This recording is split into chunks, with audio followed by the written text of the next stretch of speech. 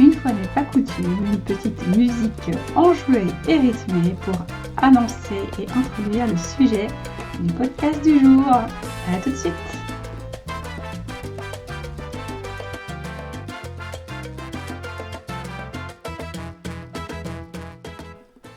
Bonjour à tous et à toutes, c'est Corinne et je suis très heureuse de vous retrouver pour un nouveau podcast aujourd'hui où je vous parle de la vie et d'un jeu. Est-ce que la vie ne serait pas un jeu grandeur nature? Est-ce que vous vous êtes déjà posé cette question? J'avais envie justement de vous éclairer sur ce sujet-là. Alors vous allez me dire, souvent c'est ce que me disent les gens, que c'est impossible que la vie soit un jeu parce que ce serait un jeu extrêmement injuste, parce que certaines personnes vivent des épreuves terribles comparées à d'autres. Alors effectivement, si on est sur ce point de vue assez restreint, on peut se dire pourquoi des injustices? Mais est-ce que le jeu, finalement, ne consisterait pas à réussir à affronter l'épreuve sans se laisser envahir par la peur, par la souffrance, la tristesse, sans se laisser sombrer finalement? Un jour, j'ai écouté le témoignage d'une femme qui racontait la grande épreuve de sa vie. Je pense que ça fait vraiment partie des grandes épreuves, des épreuves les plus lourdes vécues dans une vie, puisqu'elle avait perdu un enfant alors qu'il était encore jeune. Au départ, évidemment, cette grande douleur a été terrible. Il y a eu beaucoup de souffrance, un déchirement intérieur. Mais ce choc a été si violent qu'il a été le point de départ d'un changement de vie pour elle. Elle s'est posé beaucoup de questions. Pourquoi est-ce arrivé? Qu'est-ce que cela vient toucher en moi? Quelle est ma raison de vivre maintenant? Au bout de quelques années, cette femme a fait un tel chemin que sa vie avait été complètement transformée. Et elle arrivait à dire, alors ça peut paraître difficile à entendre pour certaines personnes, mais elle arrivait à dire que cet événement qui avait été très douloureux avait été positif dans sa vie, puisqu'elle avait pris conscience de tout ce qui était faux dans sa vie et tout ce qui finalement la bloquait. Voilà, donc évidemment, elle aurait aimé que son enfant puisse poursuivre sa vie, mais cet événement était là certainement pour la confronter à la réalité et lui faire comprendre qu'elle n'était pas du tout à sa place. Donc on remarque souvent que ce qui est étrange, c'est que parfois une épreuve aussi difficile vient plutôt améliorer la vie de la personne plutôt que justement de la faire sombrer. Comment expliquer cela? C'est toujours difficile à comprendre. Alors, mon explication à moi, ce n'est que mon avis évidemment, elle est celle-ci. C'est que si nous refusons de jouer ce jeu de la vie, c'est-à-dire si nous refusons de nous écouter, de prendre soin de nous, d'accomplir nos rêves, en fait, c'est d'accomplir le plan divin, alors la vie nous mettra sur notre chemin une épreuve qui nous réveillera et qui nous incitera justement à suivre le bon chemin. Alors j'aime bien parler de plan divin. Je parle de plan divin car pour moi, chaque personne sur Terre a quelque chose à faire que seule cette personne peut faire, sait faire. C'est ce qu'on appelle la destinée. Nous avons tous notre propre plan divin et c'est à nous de le réaliser. Dans le jeu de la vie, il y a aussi un principe qui est fondamental, c'est le donner et le recevoir. Tout est une question d'échange. C'est un peu comme le jeu du boomerang. Tout ce que l'on sème, on le récoltera. Si on sème la haine, on sera détesté. Si on juge, on ne sera pas épargné par le jugement des autres. Si on ment, on nous mentira en retour. Et si on sème l'amour, on sera aimé. Alors je parle souvent d'amour dans mes podcasts, car l'amour est l'énergie la plus haute que l'on puisse vibrer sur Terre. Et si vous mettez de l'amour dans tout ce que vous faites, votre vie se transformera.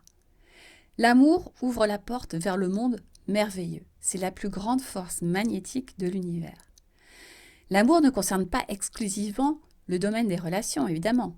Si par exemple vous souhaitez gagner de l'argent, vous devez aimer l'argent. Quelqu'un qui va tout le temps dénigrer l'argent, ne sera pas dans l'abondance.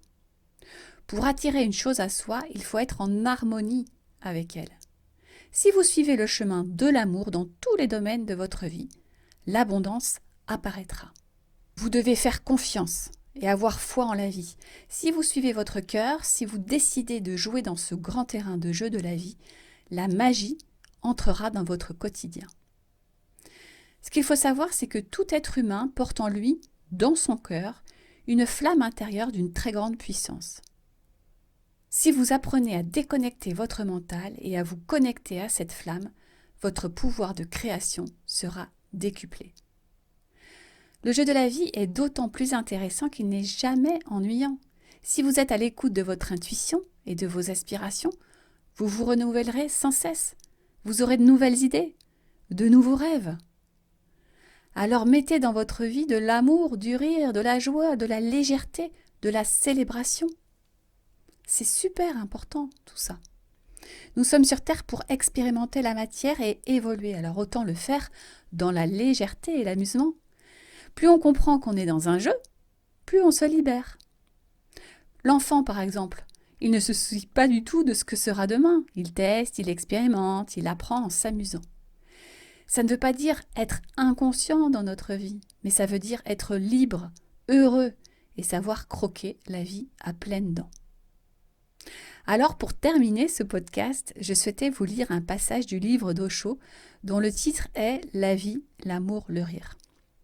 Il raconte une histoire qui illustre bien l'intérêt à vivre sa vie de manière enjouée plutôt que de manière trop sérieuse et triste. Voici cette histoire. Il s'agit de 3 mystiques chinois dont personne ne connaissait le nom. On les appelait simplement les 3 saints rieurs parce qu'ils ne faisaient jamais rien d'autre que rire.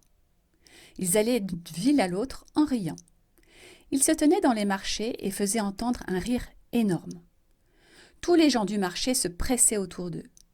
Tous accouraient, fermaient boutique et les clients oubliaient pourquoi ils étaient venus. Ces 3 individus étaient vraiment beaux et riaient de bon cœur. Puis, leur rire devenait contagieux et les autres personnes se mettaient de la partie. Tous les gens du marché riaient.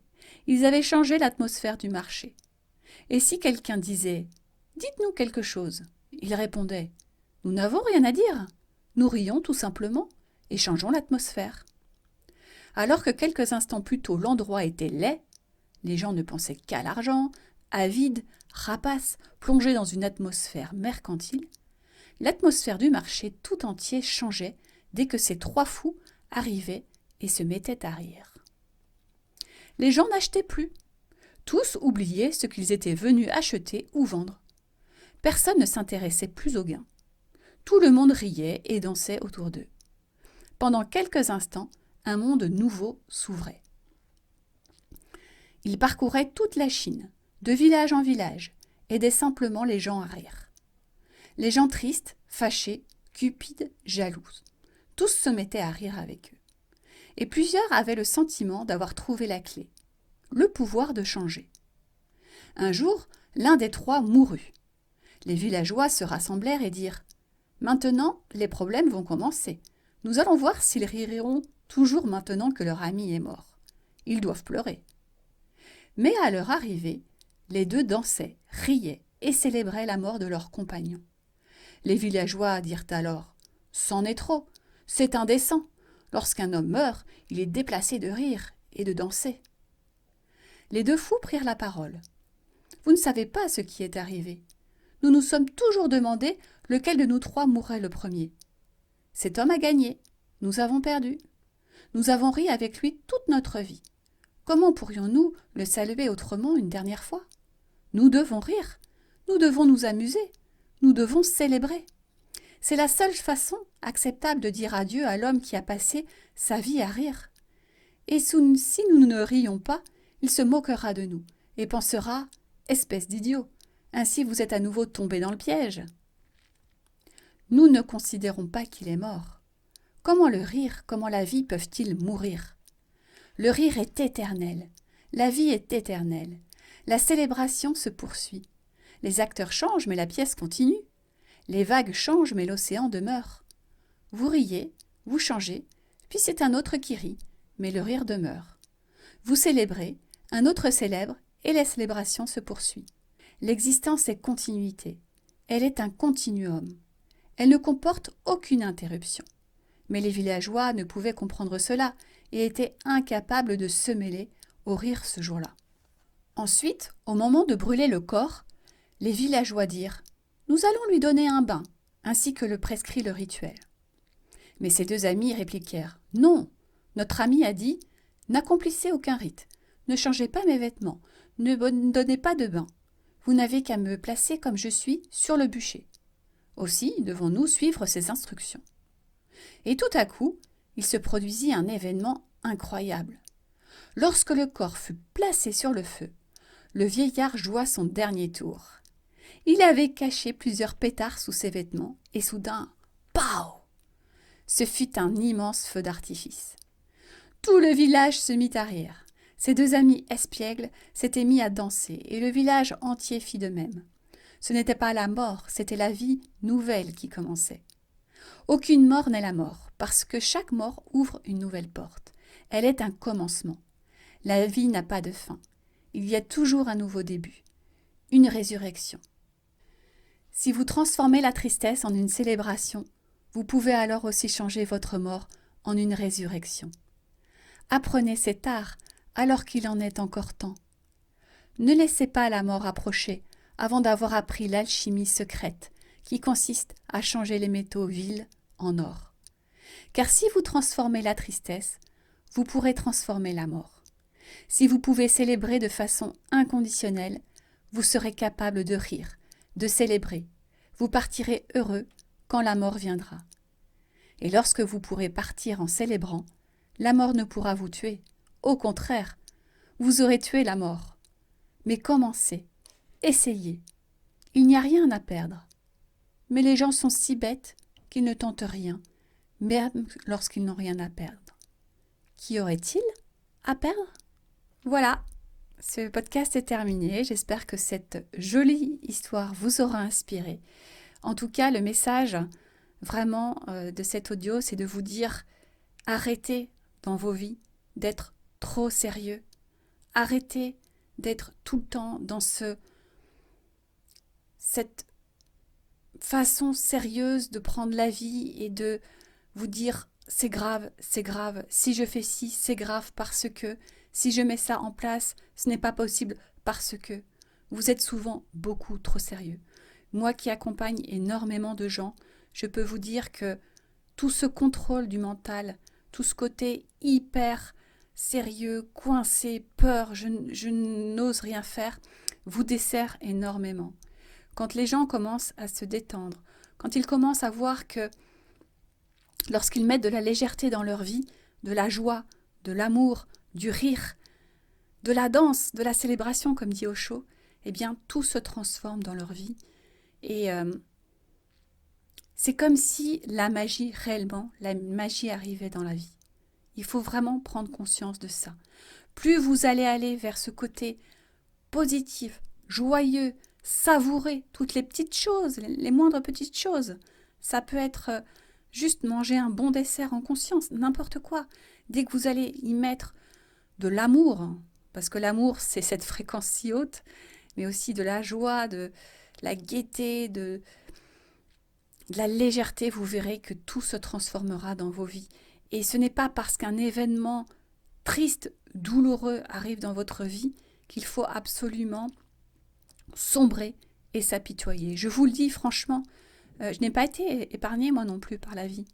Effectivement, je n'ai peut-être pas connu les souffrances les plus terribles que certaines personnes ont vécues, mais j'ai eu aussi de grandes douleurs. Et je peux vous dire que quand elles arrivent maintenant, le fait de les prendre avec ce recul en me disant « Ok, il m'arrive quelque chose, mais ça, c'est pour me faire prendre conscience et me faire évoluer. » Et derrière, j'y mets de la légèreté et ce que je peux y mettre en termes de joie quand c'est possible, hein, parce qu'il y a certains événements où oui, on peut.